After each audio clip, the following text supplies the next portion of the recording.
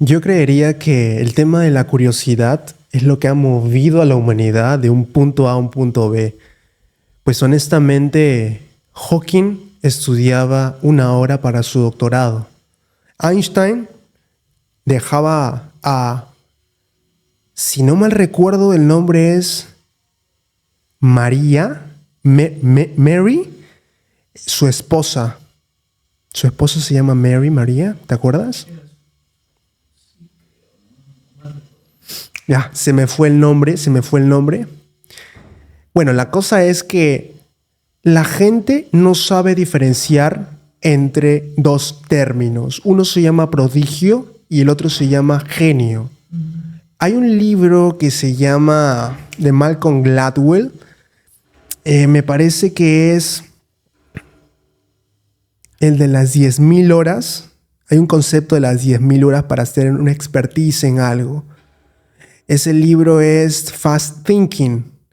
Fast Thinking, Slow Thinking. Piensa rápido, piensa lento. Pues, pero también como ese libro, hay otro libro de otro autor. Este autor me parece que es un libro de tapa roja con pasta dura en el que hay un cerebro. 14 Hidden Habits of Genius People. Es un libro que habla sobre cada genio que existió en la humanidad y la diferencia entre un genio y un prodigio es sencilla. El genio transforma el curso de la humanidad y el prodigio acelera el aprendizaje. Mozart, Beethoven sabían leer partituras, componían, no sé, 500 y 600 y pico canciones y composiciones a sus cortos 4 o 5 años. Entonces, un prodigio es el que aprende fast. En slow thinking podríamos también ver que no se necesita ser o pasar por ser prodigio para llegar a ser un genio. En realidad, yo creo que genio es aquel que jamás sacía el hambre de curiosidad y le mete ganas y punche a aquello que quiere lograr. De alguna manera marcan nuestra historia, marcan el cambio, con un cambio en la historia de la humanidad, el curso de nuestra trayectoria, como lo fue, por ejemplo, Richard Phillips Feynman, que ganó un premio Nobel. Richard Phillips Feynman ganó un premio Nobel debido a su contribución, porque él es un equipo el que fue el premio Nobel ganador, pero se dividió en 3 personas. Y Richard Phillips Feynman, pues su contribución fue en la electrodinámica cuántica. Y ese aporte, pues gracias a su aporte y a otros aportes más de premios Nobel, fueron los causantes de que a día de hoy existan las computadoras cuánticas. ¿Cómo se podría pensar que puede existir un sí y un no combinado en un átomo? Me parece que ni siquiera es átomo, se le llama quark, en el que puede ser un sí o un no, y eso está dentro de una computadora. Fascinante. ¿Qué opinas al respecto de la teoría cuántica? Porque has estudiado el fenómeno de Schrödinger. Hay una ecuación de Schrödinger para explicar los saltos del quark si es que son de un enlace, perdón, aquí es capas de conducción, capas de valencia. Entonces, tú no sabes si es que este átomo va a saltar a una capa de conducción o se va a quedar en la capa de valencia. Y el tema de la teoría cuántica con la ecuación de Schrödinger es fascinante. Es más, en álgebra lineal, que es un curso de segundo ciclo hace como 4 o 3 años en la Universidad Nacional del Callao, había un profesor llamado Pedro Miguel Ayasta Cornejo, que en paz descanse. Y con este profesor discutíamos el tema de la ecuación de Schrödinger y demostrarla frente a todos en un auditorio del primer piso de la Facultad de Ingeniería Eléctrica y Electrónica. Y quedó como reto. El profesor Manuel me dijo: Manuel, tú vas a demostrar esa fórmula cuando estés a punto de egresar. Y no puedes egresar si es que no demuestras la fórmula. Él murió en clase, en pandemia. Lamentablemente no fue un sobreviviente, se lo llevó la pandemia, el COVID. Y pues que en paz descanse el gran maestro, una persona apasionada, dejaba y moría en la clase cada vez que venía, en el buen sentido de la palabra, porque lo dejaba todo, entregaba alma, corazón y vida. Y ese tipo de personas son para put your hat off, para quitarse el sombrero, porque es de admirar. Si personas como esas no tienen que ser prodigios, no tienen que hacer grandes cosas, entre comillas grandes cosas, porque lo que hacía en la clase a nosotros nos dejaba perplejos. Recapitulando, ¿qué opinas de la teoría cuántica? ¿Existe una forma de entenderla conceptualizándola para mentes que no saben mucha matemática? Primero aclarando si hay profesores que marcan mucho. Y si se puede entender. Bueno, volviendo a Richard Feynman, decía, el que logra entender la física, el que dice que logra entender la física cuántica es un mentiroso, ¿no? O sea, porque es muy complejo en sí entenderlo. La ecuación de Schrödinger es una muestra probabilística. Nosotros, y hablo en nosotros porque hablaba con el profesor Arancel Llerena, justo el que me enseñaba, me enseñó 2 cursos, me enseñó teoría de campos y física moderna y relatividad. Física moderna. Y más que todo nos basamos en el átomo de hidrógeno. Nos basamos en... ¿Por qué? Porque era más sencillo, su forma más fácil de entender. Porque si, por ejemplo, agarramos un átomo de hierro, que es 56, es más complejo porque todo es un tema probabilístico. No es que tú puedes ver un electrón, simplemente puedes saber, en base a probabilidad, saber el espacio que ubica todo eso, ¿no? Es como, no sé si había la campana de Gauss, por ejemplo, es una figura probabilística de dónde se ubica todo.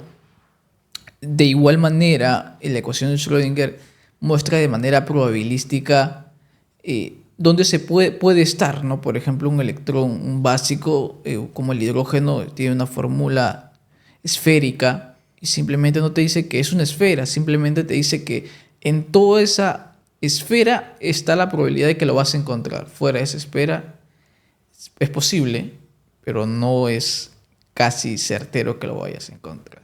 Bueno, y si lo quieres ver ya es imposible porque ahí entras con la incertidumbre de Heisenberg y pues es mucha matemática en sí. H sobre 2 delta. H sobre 2 delta. H cruz, porque está en la constante de Planck con respecto a algo que no mal recuerdo. H cruz le llaman. Ok, ok.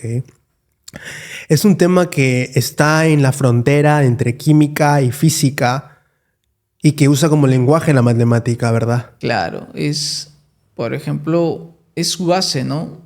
Es como un edificio y la base de la física sería la matemática. No voy a chocar ahí con algún físico que siempre hay algún choque entre físico y matemático, pero sí son sus herramientas, ¿no? O sea, cómo pueden entender algo, por ejemplo, una pelotita que cae, si no tienes números. O sea, tienes que representarlo numéricamente y además porque es de una manera que no lo hace falible, ¿no? O sea, las matemáticas son precisas. Por ejemplo, cuando Einstein descubrió, bueno, se basó en lo que es la relatividad. Primero se hizo, se llama él, sobre Grossman, no, creo que sí. Pero se habló primero antes de que todo sobre el espacio. Nosotros normalmente vemos en geometría planar y justo él vio otra geometría, una geometría esférica. No, la esférica estoy mintiendo ahí. Sería en otro campo, pero primero fue la matemática y luego Einstein utilizó esta matemática que ya estaba para poder armar, ¿entiendes? Y justo le ayudó un matemático que no recuerdo ahora su nombre a Einstein con la parte numérica. No digo que Einstein ha sido malo en números, simplemente que tuvo que tener una herramienta para poder hacer su teoría más que todo, ¿no? Aunque eso también de Einstein también ya lo había pensado Poincaré, pero no lo plasmó por la parte física, pero ya no me quiero... Poincaré es un matemático puro. Sí. Estaban en competencia para descubrir la ecuación de la relatividad. No en competencia, simplemente que tenía una cierta duda por ahí, pero no estaba plasmada. No estaba plasmada como tal.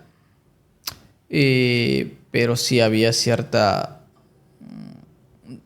¿Por dónde podría haber ido? ¿No? Es igual que Maxwell, por ejemplo, que también si hubiera adentrado un poco más, quizás hubiera podido llegar, porque son genios que se los lleva la vida y que no pueden llegar al final. O sea, ¿cómo sería la...? Por medio de una ouija comunicarse con ellos. Claro, sería...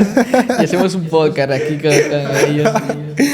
Ese tema, es muy loco, porque comunicarse con almas a día de hoy no se puede, pero no cabe, sí cabe en mi imaginación que algún día con la tecnología podamos comunicarnos. ¿Qué? Una ouija tecnológica marca Hasbro, ¿puede ser? Si tú me dices que nos comunicamos con ellos, ¿dónde están? Y ahí entramos en otro mundo, ¿no? Por ejemplo, justo me mencionabas de Hawking y me hablaba de las 11 dimensiones. Hawking habla de las 11 dimensiones y dice, nosotros estamos en 3. ¿Quién dice de que no estén en dimensiones más altas? Y bueno, ahí mi locura a veces entra a imaginar ciertas cosas, ¿no? Eso ahí quiero hacer un paréntesis, porque no es locura. Yo creería que tiene otro término que no es conceptualizado a día de hoy por la humanidad, que no es locura, porque la locura tiene un concepto o un enfoque despectivo a día de hoy. La locura dicen pues que, porque no hace lo que el resto hace, es una persona loca, o que trabaja más de lo que otros trabajan, 120 horas, 80 horas semanales. Es un loco que pues es un workaholic, que se le dice en inglés. Es un exhausto trabajador que al final sigue siendo el peldaño de otra persona y trabajando para alguien más. Pues yo creería que están completamente erróneos y completamente correctos al mismo tiempo. Pues depende de cómo lo veas, ¿no? Bueno, la genialidad necesita un toque de locura. Así que necesario pensar fuera de la caja, ¿no? O sea, a veces tienes que no conformarte con lo que sabes, sino que salir un poco más allá. Justo como hablábamos justo del profesor Hoyos, pues uno a veces no se parametriza lo que dice su sílabus, de lo que te da la universidad. Yo preguntaba un poco de todo. Por ejemplo, hablábamos hasta de motos, porque él le fascinan las motos. Y pues él ha hecho los velocímetros de los buses, esto que tiene que ver con microcontroladores, que él era el curso que le enseñaba, pues, explorar cada persona, ¿no? O sea, hay una frase que se le llama la desiderata, y dice: escucha al torpe y al ignorante, porque aún ellos tienen su propia historia que contar. Siderata. Y dice, ¿no? O sea, y nunca pierdas, dice, pero ten cuidado porque, lo voy a parafrasear porque no lo recuerdo tan bien, pero dice que hay peligro en el mundo, pero nunca dejes de creer en la humanidad. Me fascina ese. Es un poema, pero muy, muy bonito, muy bonito. Mucha gente dice que, pues, a veces las voces de la gente, a veces las voces del mundo son insubstanciales, que pues uno debe escuchar a los inteligentes y seguir el consejo de genios y gente que es exitosa. Pero oye, por ejemplo, MrBeast, que tuvo antes, ¿cuántos? 100,000 o 10,000 seguidores, o 100 seguidores, o 1,000 suscriptores, pues le decían loco porque él hacía cosas que ningún otro youtuber hacía. Y a día de hoy está ahorita entre la pelea quién es el mejor youtuber con Ronaldo. Ronaldo, el mejor jugador desde un punto de vista madrista, que pues ha marcado muchos goles y pues gran trayectoria futbolística, mis respetos a él. Pero para mí sigue siendo Messi el mejor. Igual, MrBeast ahora está en contrincante con Cristiano y se preguntaron una vez en un podcast, en una conversación, le dijeron: MrBeast, ¿Cristiano Ronaldo te causa algún miedo o temor? Pues en un mes llegó a 60 millones de suscriptores. ¿Crees que te va a ganar en algún momento? Le dijeron a MrBeast. MrBeast en 13 años, son 12 años me parece, hizo sus 100 millones de suscriptores. Entonces le preguntaron y él dijo, pues, now we are getting into real conversation.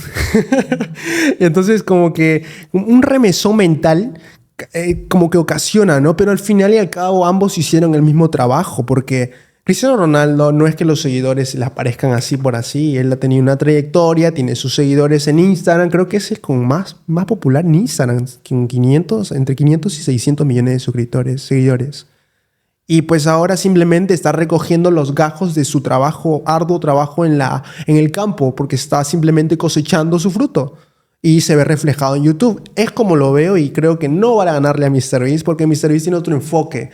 Y MrBeast sí tiene ese don, el don de hacer videos. Es más, una vez le preguntaron en el podcast y entramos al tema de los genios otra vez, pero no desde el enfoque matemático, sino desde el enfoque YouTube, en el enfoque de creador de contenido, content creator. Entonces, MrBeast se le preguntó y le dijeron, ¿qué hacías cuando eras joven? ¿Cómo es que creaste videos por primera vez? Claro, uno te hace podcast, uno te hace entrevista cuando ya eres famoso, pero no cuando estás ahí abajo, debajo de la sociedad haciendo tus locuras, ¿no? Es curioso porque esos locos son genios y lo aclaraste justamente hace ratito.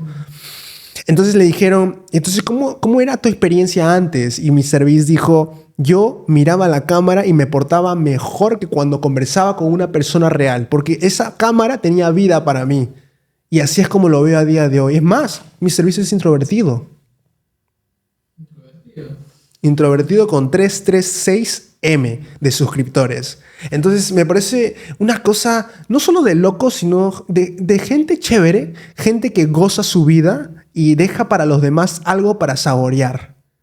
Y luego pues pasan a un segundo plano existencial y dimensional. Pues ya dijiste, Stephen Hawking, 11 dimensiones. Y eso lo has leído bastante. Me imagino que estás más familiarizado con el pensamiento de físicos, filósofos, matemáticos, más que con gente de las líneas conductuales, de la psicología, del psicoanálisis, o por ahí también vas. Y psicología como tal, no tanto.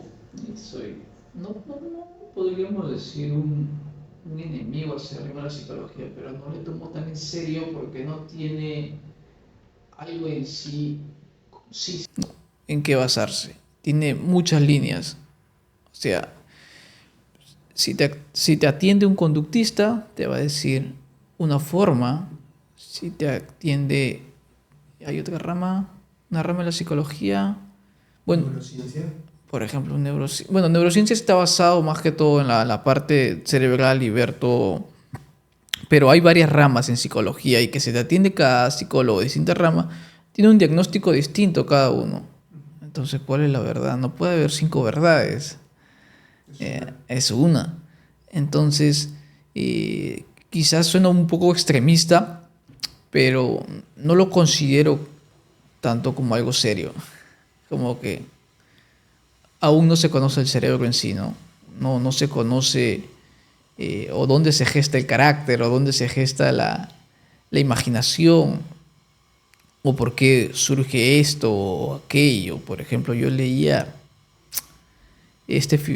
no filósofo, leía la interpretación de los sueños de Sigmund Freud, donde te mencionaba sobre cómo se proyectan los sueños. A veces hay personas que creen, oye, yo he soñado tal y esto me va a suceder mañana, o esto me va a suceder. He escuchado mucho eso.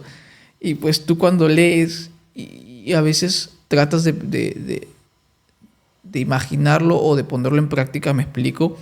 Por ejemplo, según Sigmund Freud, los sueños se gestan de la combinación de varias imágenes que tú hayas visto hace mucho tiempo.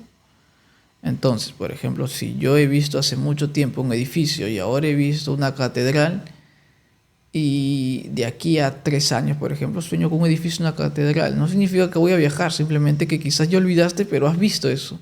Quizás no has sido consciente de lo que has visto, pero tu cerebro lo ha guardado. Entonces, Y por ahí va, ¿no? O sea, como que son ramas eh, no especificadas, o sea, no me voy tanto por la psicología mientras no haya algo verídico, algo absoluto. Esto es como en la deriva entre la psicología y la filosofía, tendiendo más para filosofía. Está como Jordan Peterson. Ese es el nombre del psicólogo famoso que pues tiene muy larga trayectoria profesional y es un psicólogo que ha marcado hitos. Él es muy conocido por haber entrevistado también a Elon Musk y una vez le dijeron a Jordan Peterson, señor Jordan Peterson, ¿usted qué opina de Elon Musk? ¿Qué es Elon Musk? ¿Qué es Elon Musk? Como si fuera tan fácil responder el quién soy o el qué es. Entonces, Jordan Peterson, a grandes rasgos, a grosso modo, dijo, si existe 1 en 1 millón de personas, un genio, 1 en 1 millón, y existe uno que es altamente creativo, 1 en 1 millón. Esas dos características... Ah, no, disculpa, estoy mintiendo. La primera no fue genio. La primera fue disciplinado y masoquista, 1 en 1 millón. Y el otro sí era creativo, 1 en 1 millón. Si tienes 1 en 1 millón y 1 en 1 millón de ambas características en una persona, esa persona es 1 en 1 billón. Miento. 1 millón y 1 billón son 12 ceros. Pasando al sexto cero, luego otros ceros. Claro, estaría 1 billón. 1 en 1 billón de personas. Entonces, señor Elon Musk es 1 en 1 billón de personas. Porque tiene lo mejor de la ingeniería, su pensamiento solving problem skills, y tiene lo mejor de creatividad y rasgos de empresario. O sea, todo eso lo hace ver como un ingeniero empresario. Y es un ingeniero empresario de pocos por ese 1 en 1 billón.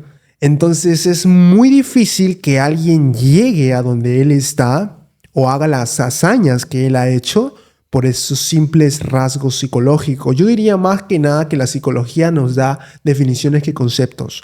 Definiciones y conceptos, por ejemplo, cómo mencionar a eso que tus padres te heredan y a eso que tú lo ganas durante el transcurso de tu existencia en la Tierra. Uno es temperamento y el otro es carácter. Por ejemplo, cuando tú vienes a la Tierra, vienes con un carácter heredado por tus padres y luego formas un temperamento. El temperamento se forma durante la vida en la Tierra y lo vas adquiriendo dependiendo de tus roces sociales y con tus interacciones. Entonces, mi punto de vista de la psicología no es tanto buscando la verdad absoluta, sino más respondiendo y dándole nombres o etiquetas a esos comportamientos sociales de la gente. La antropología me parece que es sociología. Hay muchas personas que viajan al extranjero por el tema de la sociología. Las empresas, yo la verdad no entiendo y me resulta muy intrigante por qué las personas estudian sociología. Comportamientos humanos, marketing, me parece que por ahí va. No quiero divagar mucho, siempre me despisto mucho de donde estoy dirigiéndome, que son las preguntas. Me estoy yendo muy a la deriva con el tema intelectual de otras ramas afines. Entonces, regresando comentabas que te gusta mucho la filosofía, te gusta la matemática, pero amas la matemática más que la electrónica, podría decirse, porque es lo que te condujo cuando eras joven a estudiar matemática, pero me comentaste también que había un ser humano que te sirvió como trigger para poder profundizar tu conceptualización de la matemática en la academia, ¿o me equivoco? Sí, si comenzamos por ahí, yo en secundaria era un desastre, literalmente, el desastre, no, cuánto lo que he hecho renegar a mi mamá. No me gustaba el colegio, no me gustaba para nada. Lo que sí era bueno era conversando con los profesores y eso me mantenía a flote en el colegio. Me iba a hacer vida social y conversábamos. Entraba a 8 de la mañana, a veces el profesor no tenía nada que hacer, terminamos a las 3 conversando, bien. Entonces, ese era mi labor. Yo estudié en un colegio militar y por ende era el ejercicio, era obligatorio Y pues yo hablaba con los instructores, yo siempre he sido bajo de estatura y pues eso ha marcado, quizás me ha ayudado a marcar algo, o sea, ver a alguien distinto del grupito, ¿no? Alguien más chiquitito ahí, entonces eso me ayudaba, por ejemplo, a que poder, que me vean de otra manera y poder acercarme a los profesores porque esa era mi manera de pasar quizás la secundaria. Sí, yo pasé secundaria hasta que en quinto de secundaria una profesora, no sé qué habrá visto, no sé, sería bueno preguntarle, que me dijo, me ayudó a inscribirme a la academia de la CEPRE-UNAC y ahí estuve. Y bueno, se ingresó a la ingeniería electrónica. ¿Estabas en la CEPRE-UNAC? Sí, estuve ahí en la CEPRE-UNAC. ¿En serio? Sí. Yo pensé que estabas en la CEPRE-UNI porque me dijiste que tu primera carrera era No. matemática pura. Yo estudié en la CEPRE-UNAC, ingresé y la hice. O sea, no sabía que me gustaban los números. Entonces, hablé con mi mamá y le pregunté si podría matricularme en una academia para postular a la uni. Yo a la uni, viendo todo el desastre en secundaria, pues mi mamá me creyó y pues me matriculé en la academia y pues comenzó de nuevo el mismo relajo, ¿no? La primera semana y pues ahí conocí a una chica que se llama Katia Villanueva y Parraguirre, no la tengo claro. Y pues Fantástico, con apellido y dobles second name. excelente. Entonces, ella fue la que me motivó, porque me dijo, "Ok, vamos a la biblioteca, vamos a estudiar. Pucha, uno sabe que va, seguro vamos a bromear, vamos a conversar. A mí conversar estaba muy bien, súper bien. Entonces, ya fuimos a la academia, la chica se sentó, abrió el libro y no me habló. Llegamos hasta las 8 de la noche, no me habló, porque estaba estudiando y yo que le iba a molestar. Entonces, estaba mirando la nada. Esperando la conversación. Esperando la conversación. Luego nos fuimos y pues así siguen segundo día, tercer día y ya luego nos pusimos yo comencé ya más a estudiar. Porque ella te preguntaba. Ella me preguntaba y yo tenía y luego ella comenzaba a preguntar a otros. Pues no puede ser así. Entonces curioso. yo ya me puse a estudiar ahí. Duro ya. Para Para responder. responder preguntas, pues. O sea. Y Claro. ahí, luego ahí te voy a contar algunas cosas. Ya luego le comencé a... Yo estudiaba duro, ¿no? Comenzamos a estudiar. Llegamos a un mes en que ya comenzábamos los dos en ritmo a comenzar a estudiar. Y era tanto la conexión estudiando que, por ejemplo, yo me acuerdo que teníamos que estudiar química. Era un miércoles. Sí, era un miércoles. ¿Pero era un día de miércoles o era un buen día? Teníamos que estudiar química y teníamos que aprendernos la tabla periódica no por obligación, sino porque te facilitaba correr en el examen de admisión. Memorizar la tabla química. Nos tardó no menos de 1 hora poder aprender la tabla periódica. Jugando. Jugando entre ella, con tú y yo, ella, ¿no? Claro. Así era el ritmo de aprendizaje. O sea, es como que me motivó y pues yo ingresé y de ella no supe. De ella no supe. Hasta luego me enteré de que había ingresado a la Universidad del Callao, pero en Cañete. Se fue para allá a vivir. A ingeniería industrial. De ahí nos volvimos a encontrar porque quería cambiarse a la central. No se pudo y de ahí no volví a saber de ella. Dios, se fue muy lejos. Entonces, pero no... Al inicio quizás yo tenía otra intención, pero luego esto se convirtió en un hábito entre los dos de poder estudiar de otra manera, otro ritmo, ¿no? Como que tenías, justo como dice, dame un punto de apoyo y moveré el mundo, ¿no? A mí ¿Quién dijo eso? ¿Quién dijo eso? ¿No fue Arquímedes? O Galileo. Arquímedes. Sí, Arquímedes. Y entonces para mí fue darme un punto de apoyo, estudiaré más. Dios. Entonces Qué loco. pude... Ahí estudié matemática y pues me comenzaba a estudiar. Ahí comenzó más que todo mi- fueron dos personas básicamente las que me impulsaron a estudiar, ¿no? O sea, a hacer, porque yo acabando secundaria no me veía haciendo nada, literalmente. Yo, claro, porque yo hacía electrónica, porque en el colegio era un colegio técnico, y yo trabajaba ya de 14 años, trabajaba en Malvinas, estábamos arreglando televisores, radios. Y dije, bueno, esto será mi mundo, pero no lograba entender en sí su funcionamiento como tal, ¿no? Porque era de manera técnica.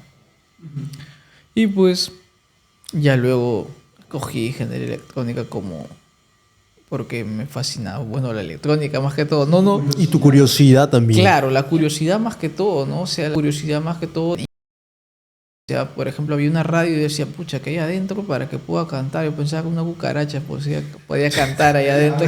Algo que había ahí que se estaba moviendo, ¿no? No encontraba nada.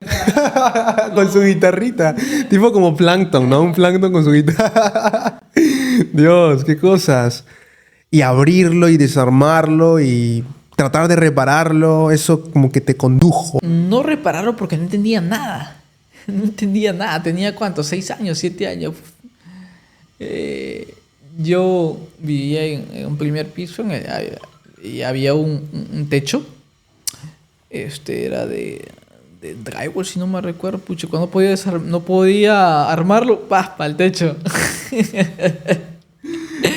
¿En serio? ¿Literal?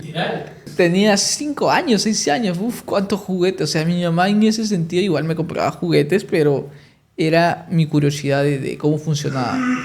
Por ejemplo, yo hice una pregunta a mi papá mira, tenía 7 años, de por qué el sonido viaja y rebota. O sea, ¿por qué? ¿Por qué si yo hablo aquí, choca aquí y regresa? O sea, ¿por qué el eco? Y mi papá no sabía responderme, pero me regaló un libro. Y aún lo recuerdo, que me explicaba que la velocidad del sonido era 340 metros por segundo, que era una onda. Y lo entendía, no entendía como tal, pero me daba cierta respuesta. Entonces, básicamente que así ha sido, ¿no? Ha habido personas que, gracias, que me han marcado mi vida, se podría decir. Sí, pues al final son los triggers lo que importa. Yo diría que sin motivación, sin descarga de dopamina en el cerebro, el humano no actúa, no factúa y no crea cosas, no mueve mundos, no crea historia. Al final y al cabo, son las personas que marcan la vida. Son esas personas y sus tiempos de vida que nos comparten lo más valioso y lo invaluable. No es, yo diría que es un Bugatti, no sé, una AK-47 o un osciloscopio Siglen de 20 gigabytes de sampling, un iPhone 16 Pro Max. Yo creería que eso no tiene importancia, tan solo es algo superficial, algo material que nuestros sentidos nos dicen que se puede tocar y se puede sentir y que wow, la pantalla. Pero al final son satisfacciones o golpes de dopamina inmediatas que son efímeras y que al final lo que más importa es qué haces con tu vida y qué transmites a la gente. ¿Inspiras a la gente con tu vida? ¿Tú qué crees? ¿Inspiras a muchos con tu forma de ser? Eh, Enseñando, uno aprende más. Eso sí, lo tengo claro. Yo a veces he dictado clases y pues no es por jactarme, pero me hablan de que enseño bien. No sé si será cierto. No sé si conoces a Juan Acosta. Juan Manuel Francisco Acosta. Justo se graduó y no pude. Sí, sí, sí.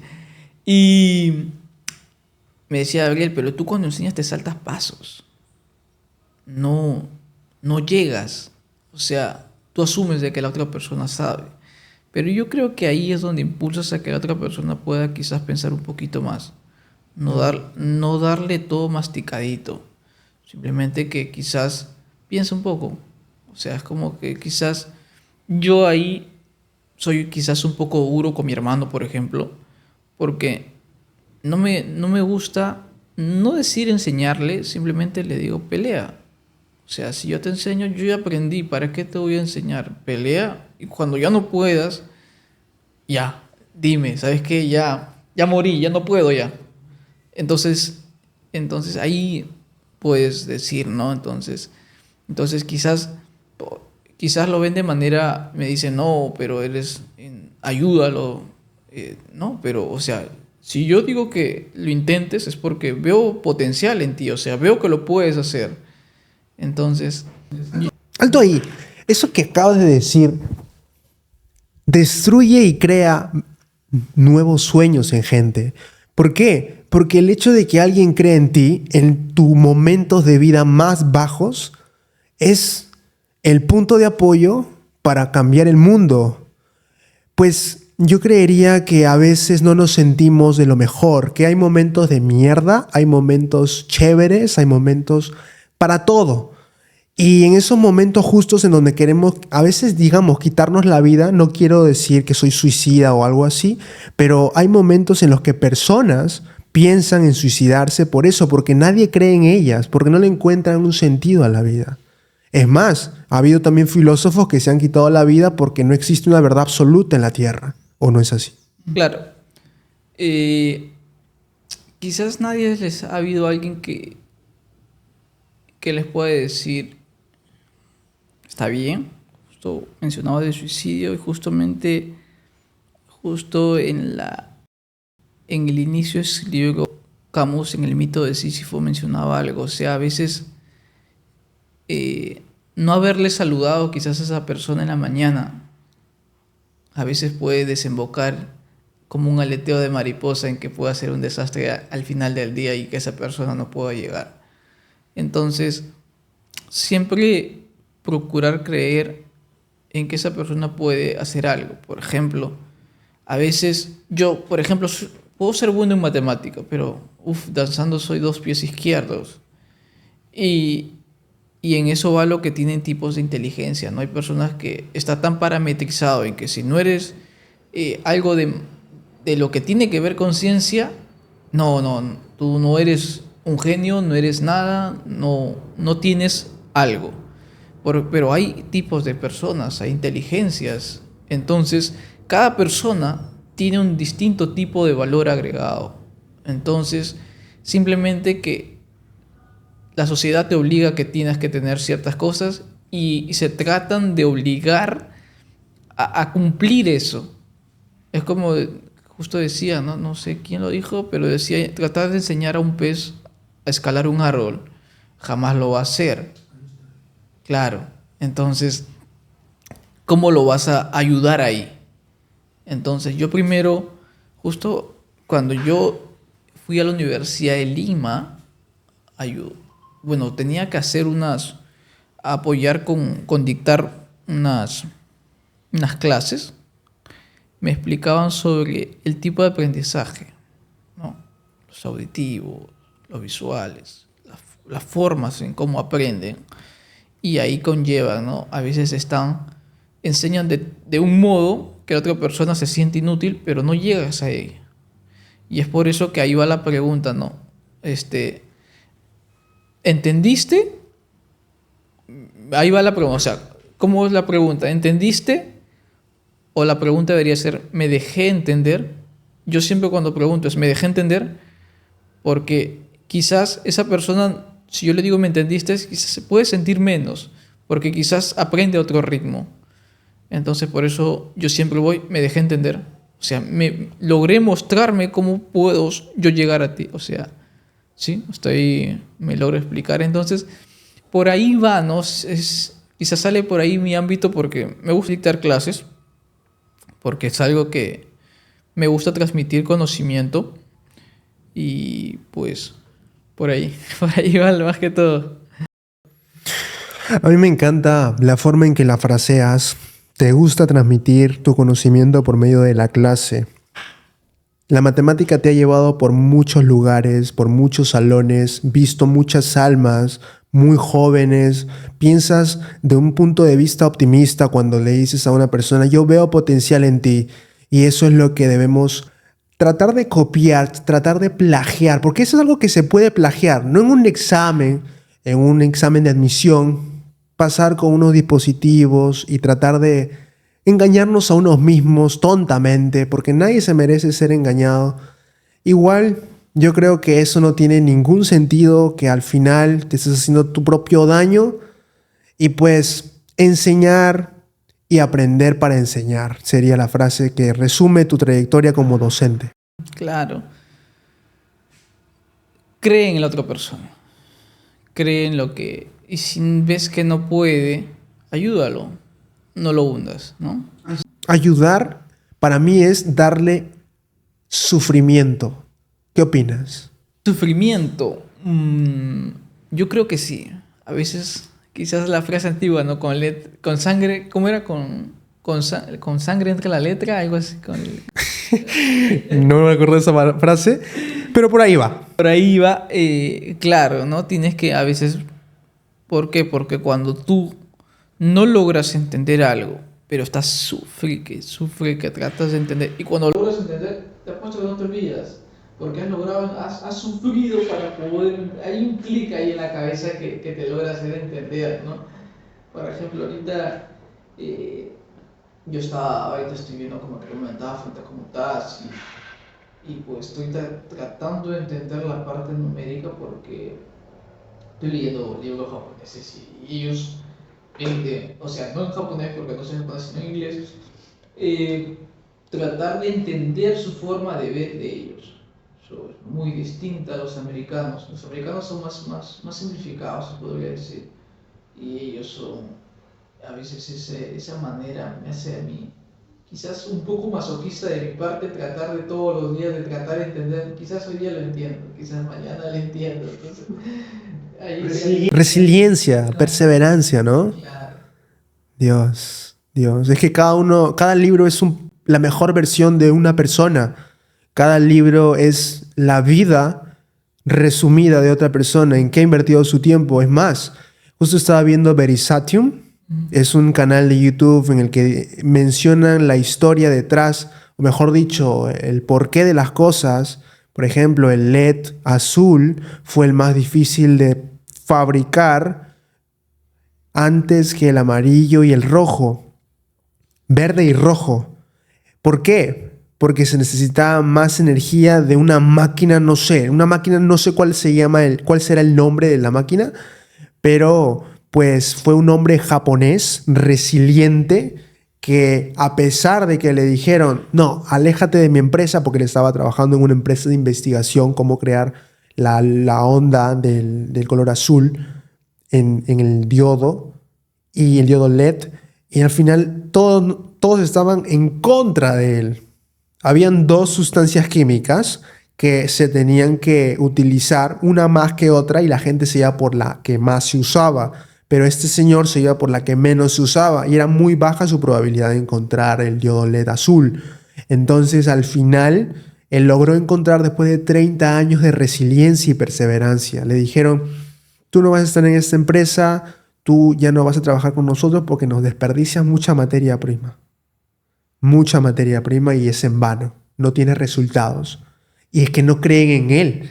Y uno, cuando está solo, lo único que le queda es sí mismo, su misma persona. Entonces él continuó intentando tratar de encontrar el diodo LED azul y que al final logró.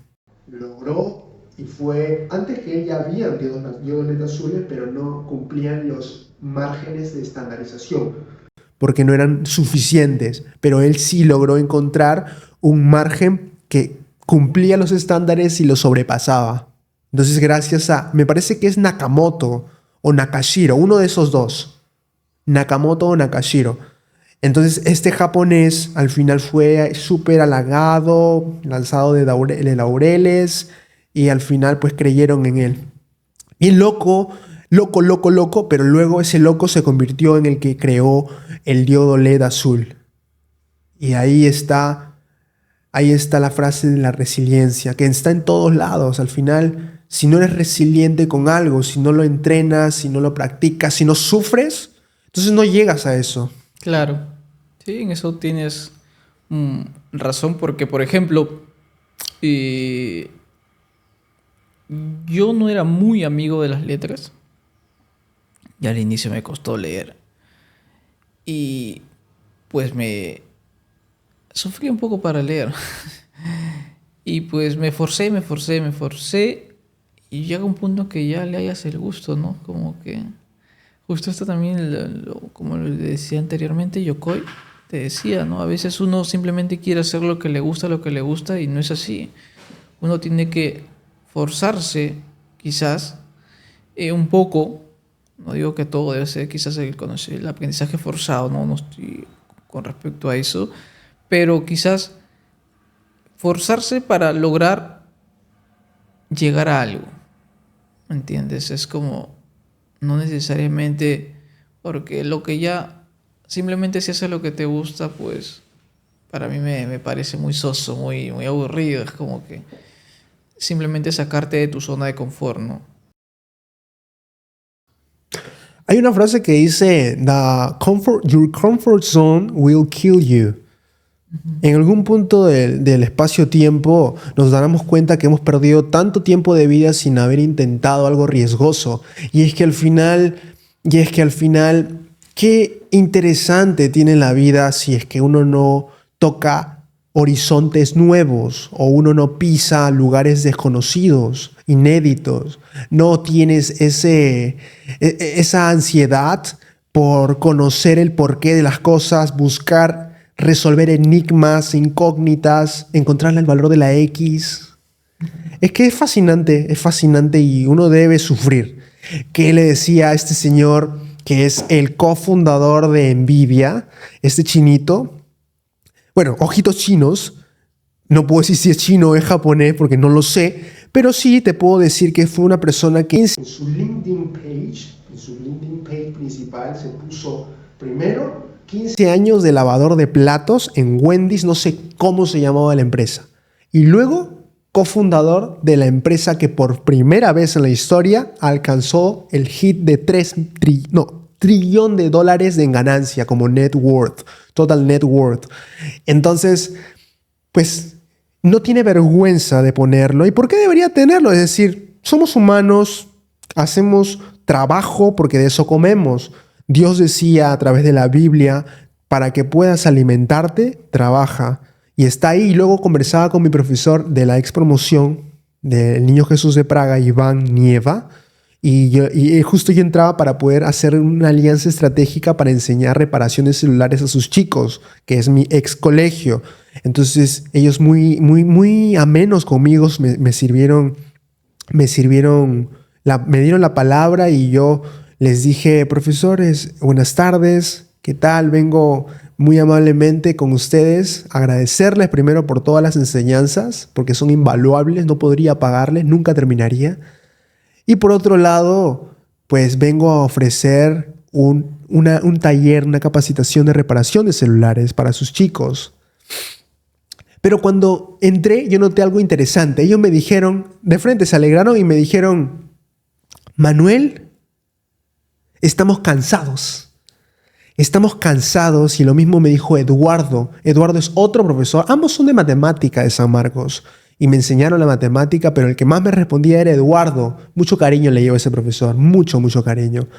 Entonces, Ellos dijeron, estamos cansados porque estamos ajetreados con la agenda navideña. Él es subdirector. Estamos cerrando el protocolo de graduación y que los alumnos ya están terminando su clase. Mi hermano se graduó ayer, entonces estamos muy ocupados, muy ajetreados, cansados. Cansados de trabajar. Y luego me puse a razonar y le respondí, profesores, ustedes saben que si es que no trabajamos nos sentimos más cansados y más ansiosos, con más depresión. Por eso es que ustedes ahora están trabajando y se sienten cansados, entre comillas, pero uno que no está trabajando se siente mucho peor que ustedes. Así que deberían agradecer que están cansados, porque es una virtud del trabajo. ¿Qué crees? Hay una frase que no sé de quién es. Decía que a veces el dolor sirve al humano para sentirse que está vivo. Así dice. Sí, sí es fuerte. Porque, y justo yo tengo el primer trabajo, no, segundo trabajo, no, tercer trabajo, estoy ahí equivocándome, donde trabajaba. Justo me mencionaba hace 3 días, porque fui a visitarlo. Me decía, ya tiene él como 64 años, me dice Gabriel. Está haciendo una meta a corto plazo, me dice Gabriel. No sé qué me depara aquí a 10 años, porque voy a tener 74. Pero me dice, si yo dejo de hacer algo, me voy a morir. No lo voy a hallar sentido y pues me voy a sentir peor de lo que estoy ahora. Y pues por eso él a los 64 años está moviéndose por aquí, viendo, va a viajar aquí, voy a viajar allá. Como que él entregado. O sea, ¿por qué? Porque me dice, me voy a morir si no hago nada. Y es igual. Por ejemplo, yo veo a mi abuelo. Mi abuelo tiene 84 años y anda por aquí, por allá, por acá. Sí, es un rayo. Entonces yo siento de que si él estuviera sentado, no haciendo nada, pues te mueres. Por ejemplo, yo cuando renuncié a la UPC, me quedé un mes, dije, me voy a dejar. No aguanté, estaba loco, ya estaba aburrido, estaba como que necesito hacer algo, necesito salir. Es más, el profesor Hoyos te dijo una vez, yo fui testigo cuando te dijo, oye, ¿qué estás en la UPC perdiendo tu tiempo? Anda, y reta tu mente, haz algo más difícil, te dijo. Sí. Hoyos siempre ha visto algo distinto, pero siempre me la complicaba. ¿A qué me refiero? Hoyos me presentaba y me decía, él es mi mejor alumno. El profesor, otro examen para ti. Tú eres su mejor alumno, más complicado para ti. Gracias, profesor, no se preocupe, no. Entonces, siempre una gran estima al profesor Hoyos, así que... te daba exámenes más complicados. Sí, no sé porque era supuestamente su mejor alumno. Un pequeño paréntesis ahí. La gente de repente no conoce quién es el profesor Hoyos. Déjame explicarle pequeño background. Así como el profesor Noé Manuel Jesús Temoches Sánchez, que es un profesor de la Universidad Nacional de Ingeniería Alma Mater y ya pues tiene 59 años enseñando y está a punto de retirarse. Le dicen que se retire, pero él continúa enseñando porque es lo que le hace vivir, le hace sentir existencia en la tierra. Y lo mismo pasa con el profesor Hoyos Fernando Antonio. Él es un profesor que ha ido a la NASA dentro de su trayectoria profesional. Él ha lanzado su satélite representando al Perú y pues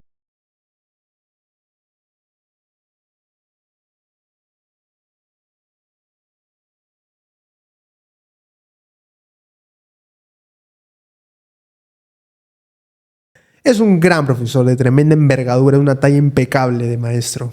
Continuamos. ¿En qué nos quedamos? Estaba poniéndote los exámenes más complicados. No, claro. Pero en ese lado sí. O sea, el profesor Hoyos era buen profesor. Es buen profesor. Sí, estoy hablando como que no estuviera. Y bueno, es buen profesor y además enseña. O sea, él tranquilamente podría estar, porque él me dijo que antes estuvo trabajando en Toyota y normalmente podría estar trabajando en cualquier lugar, yo creo que lo aceptaría, y ponerse a la docencia. Y acá diré una infidencia el profesor. ¿Por qué lo hacía? Porque le daba más tiempo para poder hacer su... Es que no solo eso. Te voy a decir ahora otra infidencia del profesor. Lo que pasa, parecemos, no quiero, es como curioso porque el profesor es un profesor que es una característica única de él que tú le preguntas algo y empieza a computar, empieza Un a... algoritmo ahí en su cabeza. Sí, como que es una IA y está ahí procesando para darte una respuesta precisa, una respuesta coherente que tenga todos los estándares, bajo los estándares ISO tu respuesta te va a dar. Entonces es una respuesta impecable, siempre te la da y te la da como que los códigos se están desarrollando, como que estás compilando.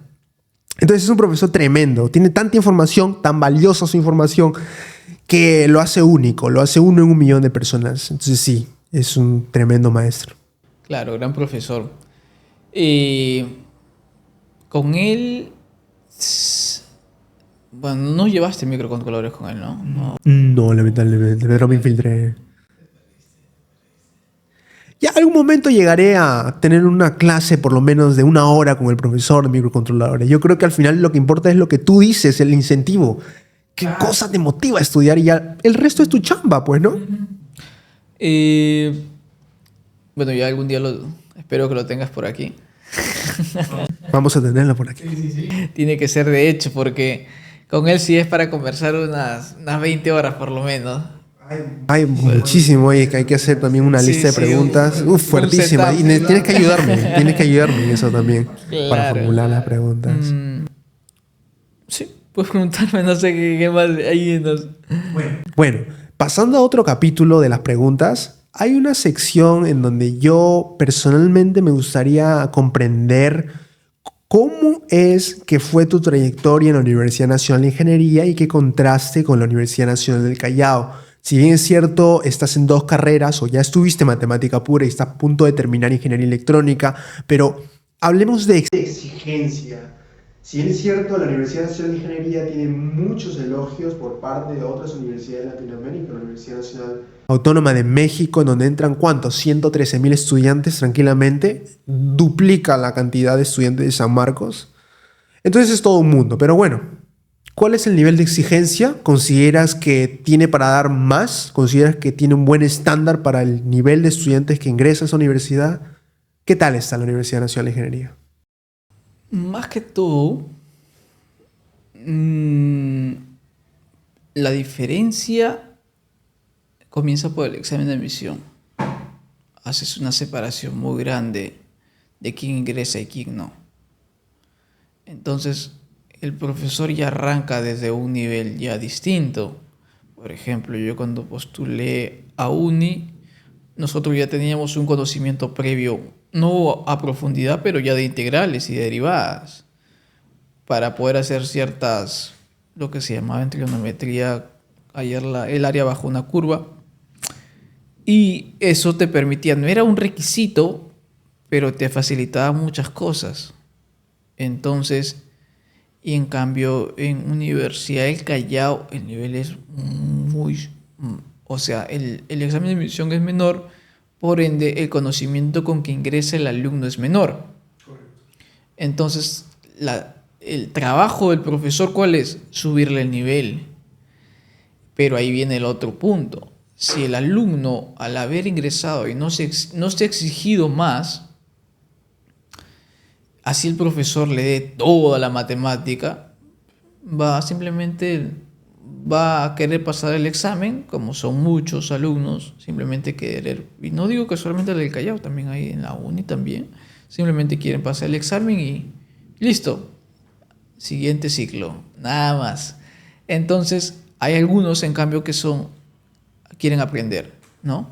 Es algo que simplemente te obliga a mirar desde otro punto de vista. ¿Por qué? Porque si tú ya tienes un cierto nivel, el profesor te puede dar un poquito más, ¿no? Entonces, eso sería más que todo la diferencia, y no quiero por hablar mal de la Universidad de Callao, pero hay profesores que no saben el tema y están dictando clases. Entonces, o por ejemplo, ingeniería electrónica, hay profesores ya no es por despreciarlos, pero ya obsoletos en su conocimiento y no se actualizan. Entonces, porque la electrónica es evolutiva, ya está evolucionando. Estamos con inteligencia artificial. Ya deberían estar en la universidad cómo hacerlo con Python, por ejemplo, hacer análisis de imágenes. Bueno, en eso se va a hacer mi tesis. Y pues, ¿dónde está? No hay profesores, esos son. Entonces, y que saquen o que hagan cambios por ámbitos políticos a profesores, cosa que no sucede en otros, en la uni, por ejemplo, eso hace que la universidad se desprestigie mucho más en vez de avanzar. Entonces, eso más que todo para mí es mi problemática, tanto de alumnos por no exigirse. Por ejemplo, no voy a quemar a quien me dijo esto, pero me dice: Gabriel, tú mucho te tardas en acabar. Por querer aprender no estás acabando, tú sabes, pero no acabas. Y yo le digo: sí, pero por ejemplo, para matricularse en verano, por ejemplo, y yo no quería matricularme en verano porque pasa rápido y ya está. Entonces yo quiero aprender, yo quiero preguntar, saber, y esto y el otro. Y pues quizás eso me ha hecho que me tarde quizás un poquito más en terminar la universidad, porque si no ya estaría terminando, porque se puede adelantar ahí ciertos cursos, pero eso sería más que todo la diferencia, ¿no? Pero ahora que estoy trabajando, viendo el ámbito laboral, no te influye quizás la universidad, quizás para encontrar el trabajo, quizás sí, no lo sé, pero más que todo que puedas ofrecer. Por ejemplo, ¿y cuál sería una desventaja de la Universidad Nacional de Ingeniería? Por ejemplo, que son cohibidos. Por ejemplo, ventajas de las universidades particulares: habilidades blandas. Te enseñan a hablar, te enseñan a poder comunicarte, a transmitir tus ideas. ¿De qué te sirve saber demasiado si no puedes vender tu idea? Si no puedes llegar y decir: ¿sabes qué? Yo pienso que esta máquina puede fallar por esto, por esto. No, se quedan callados por temor a lo que pueda. Entonces, yo más que todo veo quizás eso fallas en la universidad de ingeniería, porque faltan más habilidades blandas, son muy, muy retraídos. Y yo también he sido parte de ese grupo donde ya me he comenzado a soltar un poco más, es dictando clases. Dictando, sí, ayuda bastante, porque ya te enseña a cómo hablar, te enseña a cómo diccionar las palabras, cómo saber transmitir tu idea, ¿no? Porque tú puedes saber mucho, pero si no sabes llegar a la persona, como lo mencionaba, no te sirve de nada, ¿no? Es como, en cambio ahora, por ejemplo, en el trabajo tengo que estar, por ejemplo, ahorita estoy de visitas técnicas y tengo que ir a hablar, conversar con los gerentes, y pues es algo que, bueno, 2 días me reuní yo creí que iba a reunir con la ministra.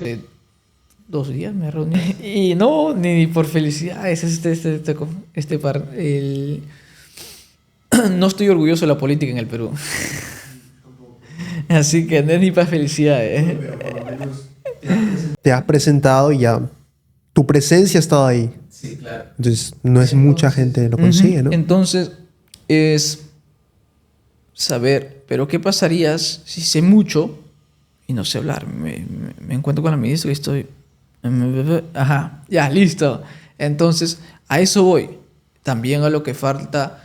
Universidad de Ingeniería y también Universidad de Callao, ¿no? Porque a veces estás en una exposición y estás aquí y leyendo, aquí leyendo. O sea, Pésimo, pero por ahí se empieza, por ahí ¿no? se empieza, pero eso debía haber sido desde un inicio, ¿no? Las habilidades blandas, o sea, comunicación, oratoria por lo menos, ¿no? Porque yo creo que sería algo importante, porque sería muy, muy importante que el alumno sepa comunicarse. No sé cómo es en San Marcos, pero siempre dicen que San Marcos son las personas que más hablan. No sé cómo será adentro.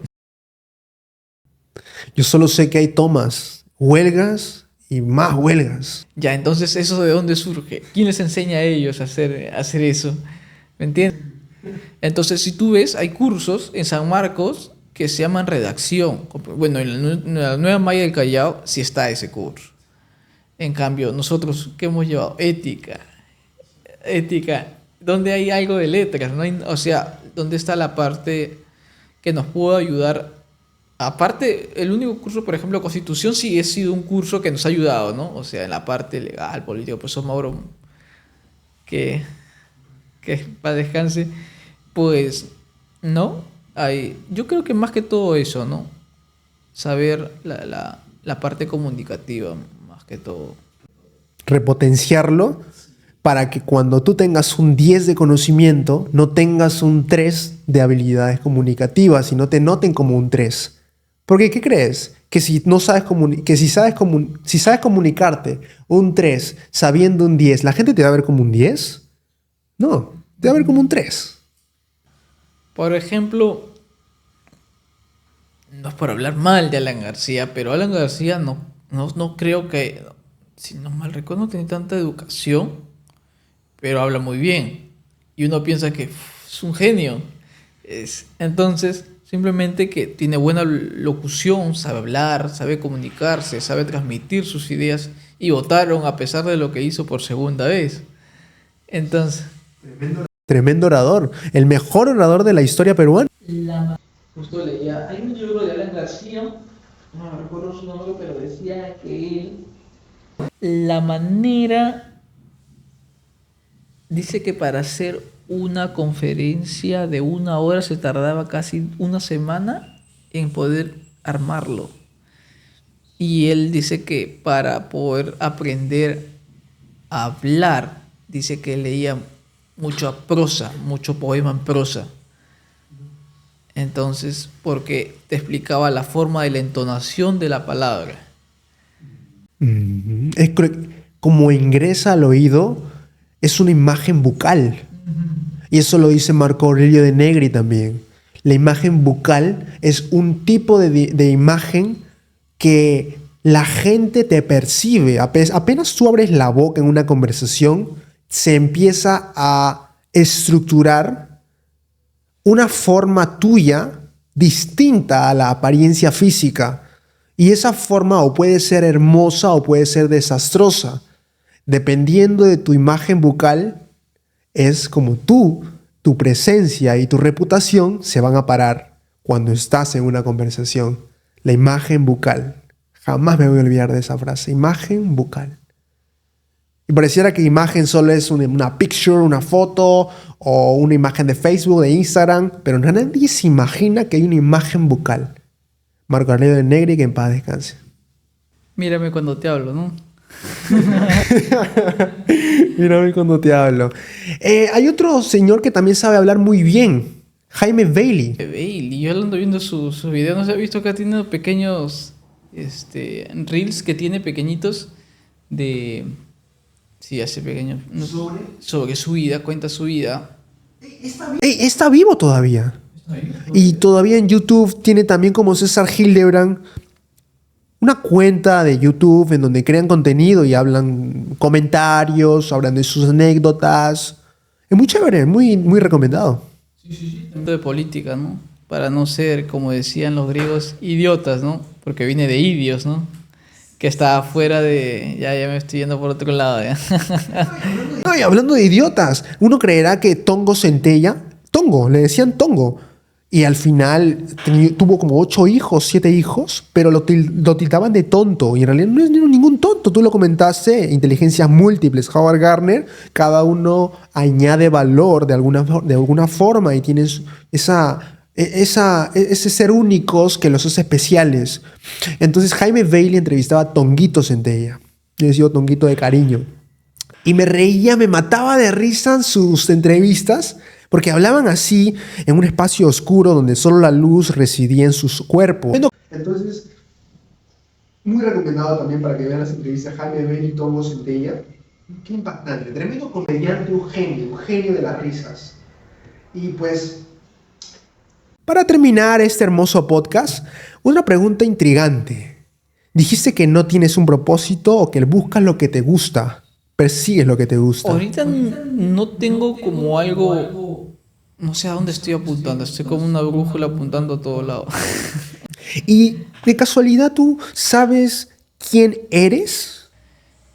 Hay una frase, me voy mucho a los literatos, pero dice que somos la suma de nuestros actos.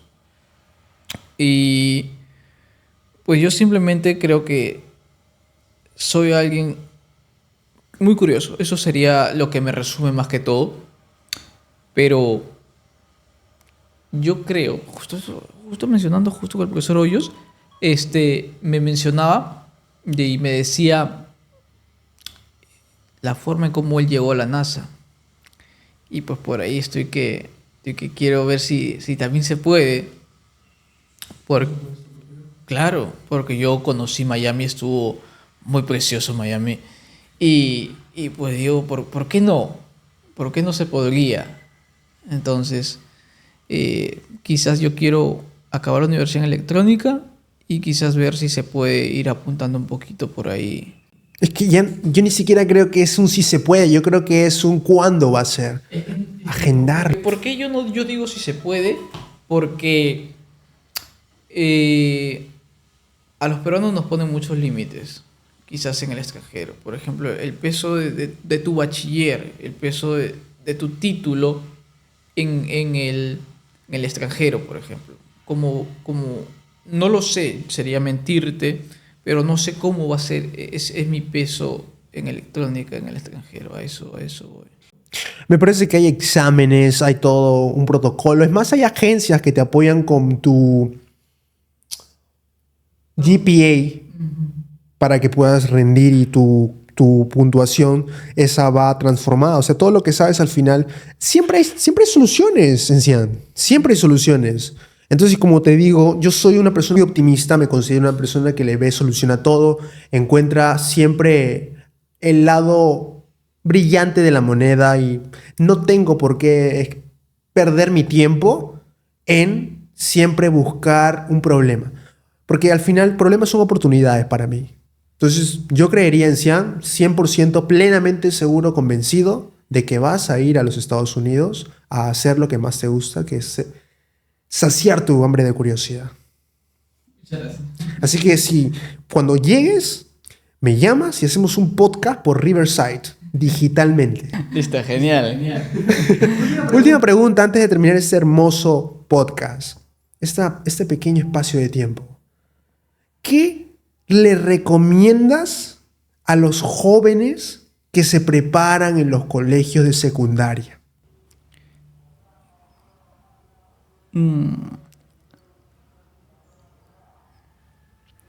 ¿Qué les recomiendo? Sería estudien para aprender y no para pasar un examen. Y que una nota no te define. Eso sería lo que yo les recomendaría, ¿no? Porque de aquí ya me iría un poquito más extenso justo con lo que hay en España. Y saliéndome un poquito del tema, porque ellos tienen una separación. Hay gente que se va para ciencia, gente que se va para letras. O sea, tienen como para tres tipos de personas, se podría decir, la enseñanza. Entonces, en cambio, aquí todos son para todos matemáticas. Claro. Entonces, simplemente que es como yo cuando también le hablaba a mi mamá, ¿no? O sea, yo le digo, mi hermano quizás no quiere, el último de mis hermanos le digo quizás no quiere estudiar, pero eso no lo hace menos.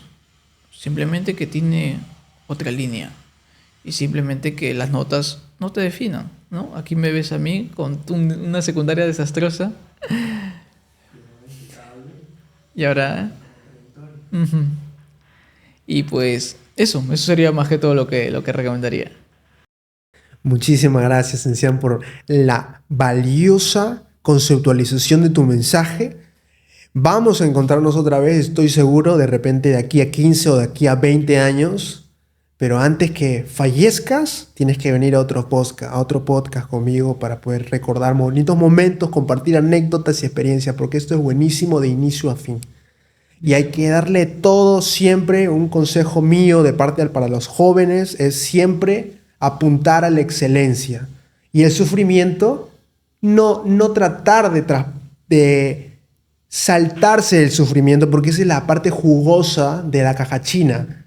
Tienes que saborear, así como saboreas el jugo del ceviche, saborea también el sufrimiento.